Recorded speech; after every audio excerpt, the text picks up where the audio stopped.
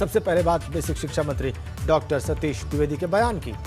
Basic शिक्षा के शिक्षकों की मौत के आंकड़ों पर बोले हैं बेसिक शिक्षा मंत्री। 1621 शिक्षकों की मौत की बात पूरी तरह से गलत, यह मंत्री जी का बयान है। प्रदेश में सिर्फ 3 शिक्षकों की चुनाव ड्यूटी के दौरान मौत हुई है, यह बेसिक शिक्षा मंत्री डॉक्टर सतीश द्विवेदी का बयान है। उत्तर प्रदेश सरकार ने शिक्षक संघ के 1621 मौतों के आंकड़ों को पूरी तरह से गलत बता दिया है। बेसिक शिक्षा मंत्री ने इसे पूरी तरह से गलत बता दिया है। ये एक बड़ा विषय, राजनीतिक फ्लैश पॉइंट ये बनेगा। इस पर टिप्पणी की है पूर्व मुख्यमंत्री अखिलेश यादव ने, हृदयहीन बताया है सरकार को। इस पर टिप्पणी की है प्रियंका गांधी वाड्रा ने, जो कांग्रेस की महासचिव हैं, यूपी की प्रभारी हैं। और अब फिलहाल हम आपको मंत्री जी का वक्तव्य दिखाने जा रहे हैं। देखिए, हमने बहुत स्पष्ट रूप से ये बात कही थी।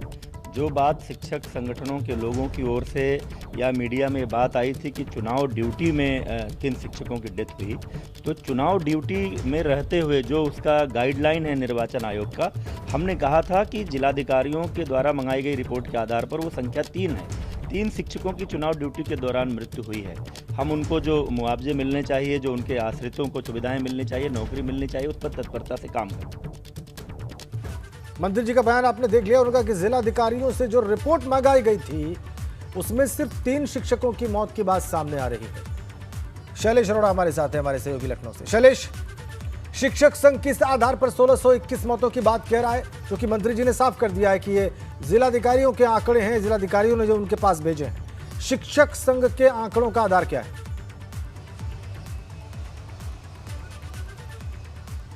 राजेंद्र, देखिए, शिक्षक संघ का ये कहना है कि निर्वाचन आयोग की जो गाइडलाइंस है वो सामान्य परिस्थितियों में अगर चुनाव हो उसके लिए है।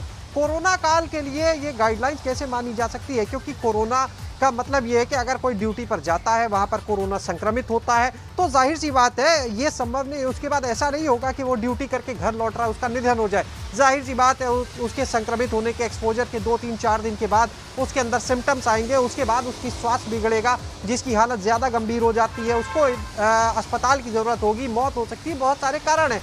इसको आधार बनाया है शिक्षक संघ ने। और शिक्षक संघ ने, देखिए, जब ये चुनाव हो रहे थे, पंचायत चुनाव या काउंटिंग होनी थी, तब भी ये बात लगातार कही थी। बल्कि सिर्फ शिक्षक संघ नहीं था, बल्कि कई कर्मचारी संगठन भी उनके साथ जुड़े थे और उन्होंने कहा था कि कोरोना का संक्रमण चल रहा है, ऐसे में पंचायत चुनाव है, इनको बाद में कराया जाए, स्थगित किया जाए। चुनाव हो गए तो उन्होंने कहा कि काउंटिंग कम से कम अभी स्थगित कर दी जाए, बाद में कराई जाए, क्योंकि लोग संक्रमित होंगे।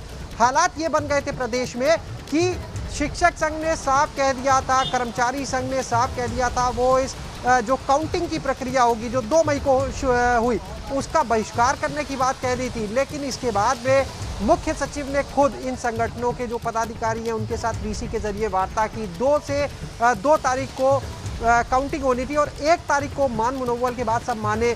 ये कहा गया कि कोविड प्रोटोकॉल का पालन किया जाएगा पोलिंग सेंटर्स पर। सुप्रीम कोर्ट में भी यही बयान सरकार की तरफ से बात बताई गई। लेकिन अगर बात करें हम, जिस दिन काउंटिंग हो रही थी तो हमने भी तस्वीरें दिखाई, सभी ने वहां पर नज़ारा देखा कि किस तरह से कोविड प्रोटोकॉल की धज्जियां उड़ी, चाहे भड़का हो या कुछ। तो जाहिर सी बात है जो वादा किया गया था उस तरह का कोविड प्रोटोकॉल का माहौल नहीं दिया गया। शिक्षक संघ का यही कहना है कि जो लोग उस दौरान कोविड संक्रमित हुए, जिनका उसकी वजह से निधन हुआ, उनका नाम सूची में शामिल किया गया है।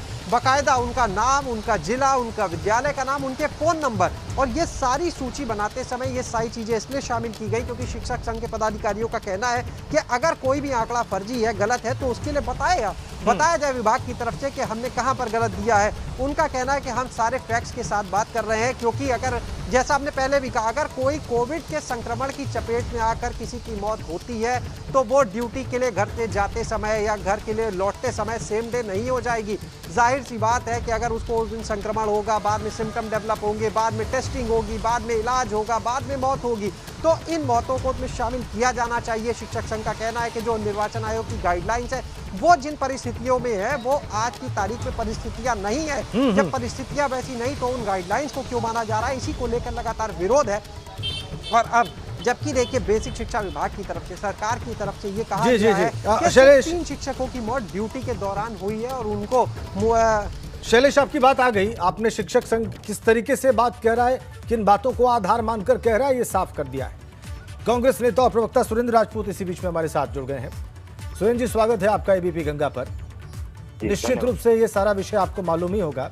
अभी हमने मंत्री जी का वक्तव्य दिखाया, वो कह रहे हैं कि सरकारी आंकड़ा यही है, चूंकि जिलाधिकारियों ने उनको यही रिपोर्ट भेजी है, 3 मौतें हुई हैं, सारी बात गलत है। शिक्षक संघ की आपकी प्रतिक्रिया? अगर मंत्री जी का इतना संवेदनहीन बयान है तो मंत्री जी को एक चीज कहिए ना कि फिर तो सरकारी अधिकारी ही सरकार चला लेंगे, योगी जी से भी इस्तीफा ले लें और खुद भी इस्तीफा दे दें। कैसी बातें करते हैं? सरकारी अधिकारियों के बयान पर और सरकारी अधिकारियों के काम पर ये सरकारें चलती हैं। भारतीय जनता पार्टी क्या सरकारी अधिकारियों की वजह से सत्ता में आई थी? भारतीय जनता पार्टी जनता ने चुनी थी। भारतीय जनता पार्टी इस वक्त इतनी संवेदनहीनता और इतनी निर्लज्जता और बेशर्मी न दिखाए कि ड्यूटी पर आए हुए शिक्षकों को आप मानकों के अनुसार रिजेक्ट कर रहे हैं। आप पाप के भागी भी होंगे योगी जी, श्राप के भागी भी होंगे और आपकी सरकार नरक की भागी होगी अगर इस तरीके की आप हरकत करेंगे तो। आपकी पार्टी मांग क्या करती है फिलहाल? जितना शिक्षक संघ ने कहा है 1621 शिक्षकों को मुआवजा मिले, उनके परिवारों को मुआवजा मिले, उनके परिवार के लोगों को नौकरी की व्यवस्था हो और उनके परिवार के लोगों को संतुष्ट किया जाए। जी, और प्रमुख कारण क्या दिखता है आपको? इस डिनायल मोड का सबसे बड़ा कारण क्या दिखता है सुरेंद्र जी आपको? Headline management. ये सरकार के अधिकारी और सरकार सिर्फ और सिर्फ झूठ की हेडलाइन मैनेजमेंट में लगे हुए हैं। WHO से और अमेरिका से पीठ थपथपवाना चाहते हैं विज्ञापन दे करके, और कुछ नहीं। सच ये है कि जब तक, देखिए गंगा, राजेंद्र आप तो देख रहे हैं, हजारों लाशें गंगा में बह रही हैं और हजारों लाशों की कब्रगाह बन गया है गंगा का किनारा।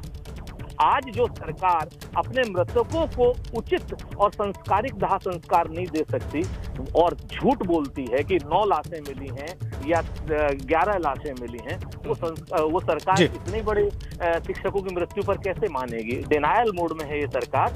सरकार अंदर से सड़ चुकी है। सुरेंद्र जी, हमारे साथ नवीन श्रीवास्तव जुड़ गए हैं, बीजेपी के प्रवक्ता। नवीन जी, आपका भी स्वागत। ये 3 जो आपकी सरकार कह रही है 3 मौतें हुई हैं और डीएम जिलाधिकारियों की रिपोर्ट का हवाला दे रही है, क्या कोरोना काल में जिलाधिकारी और स्टैंडर्ड प्रोसीजर को सही माना जाए? नवीन जी,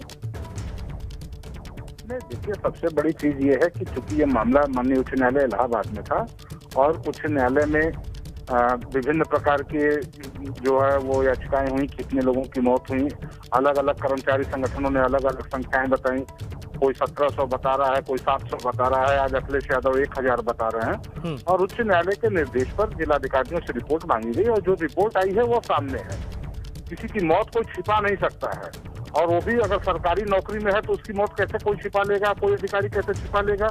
और अगर कहीं कोई अधिकारी छिपा रहा है और उच्च न्यायालय में गलत पेनल्टी दे रहा है और गलत आंकड़े दे रहा है तो निश्चित रूप से वो उसके खिलाफ भी कार्रवाई होगी। लेकिन जो मैं सुन रहा था अभी हमारे कांग्रेस के मित्र सुरेंद्र राजपूत जी कह रहे थे कि सरकार इस मोड में उस मोड में है।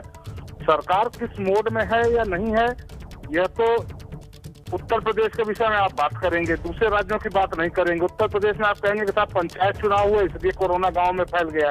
देश के अन्य राज्यों में गांव में कोरोना कैसे फैल गया, क्या वहाँ भी? नवीन जी, देश के अन्य राज्यों पर तो फिलहाल अभी हम लोग बात नहीं कर रहे हैं, अभी विषय बिल्कुल फोकस्ड है। ये जो शिक्षक संघ कह रहा है इसका मतलब झूठ बोल रहा है आपकी नजर में?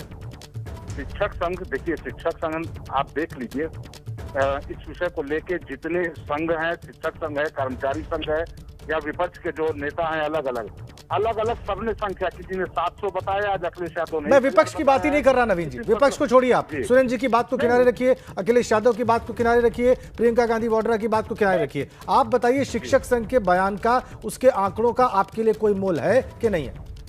नहीं, शिक्षक संघ, मैं तो ये कह रहा हूँ ना कि अलग अलग आंकड़े दे रहे हैं और ये विषय चूंकि माननीय उच्च न्यायालय के अधीन में है, उच्च न्यायालय के संज्ञान में है, उच्च न्यायालय ने रिपोर्ट मांगी है और अधिकारियों ने रिपोर्ट दी है।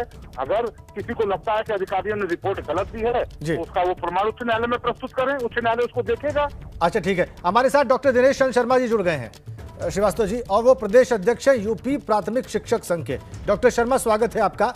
हमारे साथ बीजेपी के प्रवक्ता हैं, हमारे साथ कांग्रेस के प्रवक्ता हैं। बीजेपी के प्रवक्ता कह रहे हैं कि अधिकारी ऐसा कह रहे हैं, अधिकारी अगर गलत बोल रहे हैं तो आप इसको चैलेंज करिए। डॉक्टर शर्मा, देखिए, पहले तो अभी मैं नवीन भाई को सुन रहा था, पहले तो ये क्लियर कर रहे हैं कि ये 700-800 जो बता रहे हैं, उत्तर प्रदेश सरकार में 100 से अधिक विभाग हैं। ये जो मैंने 1621 की सूची दी है, ये मात्र बेसिक शिक्षा विभाग की है, मात्र बेसिक शिक्षा विभाग की जी। अभी पूरे प्रदेश के शिक्षा विभाग में दूसरे डिपार्टमेंट हैं, कर्मचारी हैं, उनकी सूची आने जा रही है। दूसरी बात यह है कि 3 मौत ये बता रहे हैं। मैंने सुप्रीम कोर्ट में 706 की सूची 29 तारीख को 1 मई को दाखिल की थी जी। और आज मैंने 16 मई को दूसरी सूची दी है, वो 1621 अध्यापकों की है। जब मैंने सुप्रीम कोर्ट में दाखिल की, इन्होंने सत्यापन का आदेश विभाग ने उसका जारी किया। सत्यापन जो आना शुरू हुआ तो वो 1000 से ज्यादा का आया, जो आज तक इन्होंने डिस्क्लोज नहीं किया।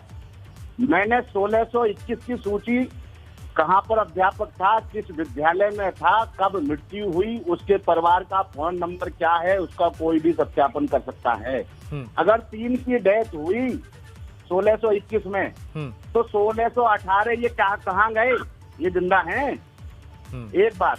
दूसरी बात, कंपनसेशन के लिए जो शासनादेश था उसमें कोविड की बीमारी जोड़ी गई है कि कोविड वाले को भी ये मिलेगा।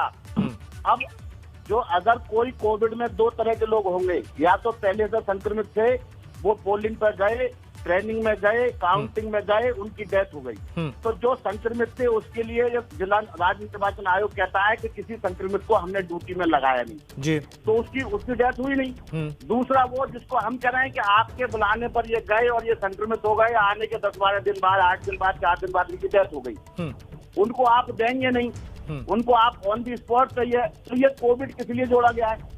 कोविड जो आपने जोड़ा है वो कौन से कोविड वाले के लिए जोड़ा है? कोविड का कौन सा व्यक्ति इसमें जुड़ेगा? ठीक है, ये केवल ठीक है डॉक्टर शर्मा, आपकी बात आ गई, आपकी बात आ गई। आप सभी का बहुत धन्यवाद। हमारे दर्शकों ने सारे पक्ष सुन भी लिए। डॉक्टर शर्मा बहुत धन्यवाद, नवीन श्रीवास्तव जी आपका भी, सुरेंद्र राजपूत आपका भी, और शैलेश अरोड़ा लखनऊ से रिपोर्ट करने के लिए आपका भी बहुत बहुत धन्यवाद।